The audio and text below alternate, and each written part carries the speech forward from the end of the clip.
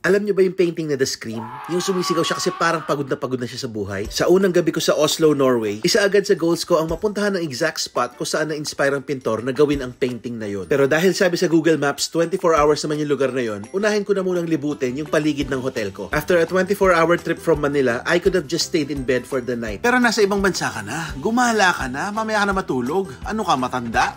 Grabe nung papunta tayo dito ang ina-expect natin snow. Instead, ang nadatnan natin ay ulan. And hindi rin pala ganun masyado kalamig kasi tignan nyo, naka 2 layers lang ako. And kahit wala akong mittens at saka earmuffs, hindi ako ginigit. Oops! Ang una kong in-explore ay yung Karl Johans Gate. Andito tayo ngayon sa main boulevard ng Oslo, ang Karl Johans Gate. Medyo misleading siya kasi akala natin noong una, gate yung madadatnan natin. Parang malaking gate ni Karl Johans. Dito sa Norway, marami kang makikitang pangalan ng daan na merong gate or gata. Kasi ang ibig sabihin pala nito sa Norwegian ay daan. Itong building na nakita niyo sa likod ko, ito yung Parliament ng Norway. Medyo controversial siya kasi nung una siyang ginawa, hindi nagustuhan ng maraming mababatas yung design niya. Gusto lang ipatigil yung construction niya. Imagine niyo muntik nang ipastop yung construction niya dati. Pero ngayon, isa na siya sa mga source of pride ng mga Norwegians. Mula sa Karl Johans Gate, in-explore ko na rin yung mga karatig na daan. Yan talaga ang trip kong gawin pagdating ko sa isang bagong lugar. Maglakad-lakad. Itong building na nakita niyo sa likod ko, ang National Theatre ng Norway. Medyo mayroong drama dito kasi nung una siyang nagbukas noong 1899, sabay itinanghal ang place ng dalawang magkaribal na literary giants. May statwa din dito ni Per Abel, isa sa pinakasikat na stage actor sa Norway. Ang galing, di ba? Pati mga bayani nila sa arts and literature, tinatayuan nila ng rebulto.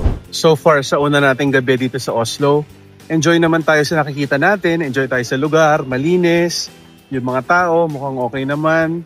Kaso nga lang, masyadong basa, masyadong ulan, so hindi ako makagalaw freely, hindi ako makuha as much pictures and videos that I want, kasi nga, baka mabasa yung cellphone ko. Tapos actually today wala pa akong kinakain at all kasi nag-1 meal a day tayo. And marami naman tayo nakikitang kainan dito. Kaso naghahanap tayo sana nung, alam mo yun, yung Norwegian specialty. Kaso so far nakikita natin mga typical na cafe, meron pa nga mga Asian restaurants, so for sure Chinese food yung ino-offer. Pero pag wala talaga tayo nakita tonight, magsasettle muna tayo siguro sa, ano kaya, Asian. Now, it's time to accomplish our mission. So ngayon, nandito tayo sa National Theatre Station. Nag-aabang tayo ng tram kasi pupunta tayo sa Ekeberg Park. 24 hours siya. Tsaka balita ko, doon na-inspire si Edvard Munch na gawin yung painting niya na Scream. Like most European capital cities, napaka-convenient ng public transport dito sa Oslo. Meron lang akong dinownload na router na app, tapos dito na ako bumibili ng mga ticket. Punctual din most of the time yung mga dating at alis ng mga tren, ng mga tram at saka ng mga bus. Tapos gamit ka lang ng Google Maps para alam mo kung sa kasasakay, sa kabababa, anong oras. Wala kang ikakaligaw. Kaso lang, na-miss ko yung stop ng ng tram. So kailangan bumalik. Paano makatawid doon? Kasi ito yung tamang tram pabalik. Hello? Dito ba? Tatawid ba ako dito? Tama siguro, no? Habang wala pang tren. Ayun.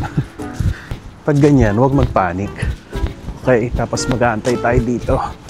Ang kagandahan dito, yung mga ticket para sa mga bus, para sa mga tram, hindi sila per trip ang pagbilang. Kumbaga, ano siya, duration. So yung nabili kong ticket, good for 1 hour siya. So regardless kung saan ako bumaba, saan ako babalik, pwede pa siyang magamit.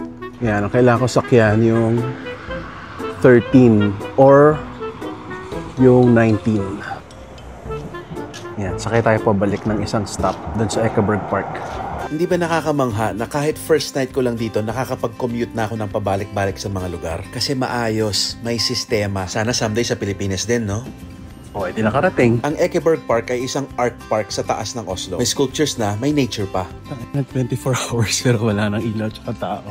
Kailangan ko pang maglakad ng mas malayo para marating yung lugar kung saan na-inspire si Edvard Munch para sa The Scream. Kaso dahil madilim na, hindi na ako tumuloy. Pero I assume malamala, ito rin yung view na nakita niya noon. Sabi mismo sa diary niya, nandito siya sa park na to noon, tapos nakita niya yung sky na super red, which triggered his anxiety, which inspired The Scream. So, medyo madilim na, tapos wala na ibang tao dito kundi ako. Medyo scary. I mean, alam naman natin na safe country to, pero we can never tell.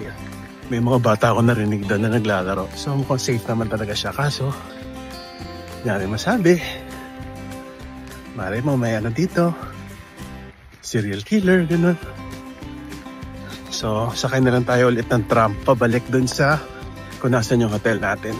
Di man natin narating yung exact place na gusto nating puntahan, nag-enjoy naman tayo sa journey. On my way back to my hotel, pinili kong maglakad along University Avenue. Fortau Stengt. Ito ang University of Oslo, ang pinakamatandang university sa Norway. Itong mga rebulto sa labas, tribute sa big names sa Norwegian science, literature, and arts. Okay, right now naglalakad na lang tayo pabalik sa ating hotel.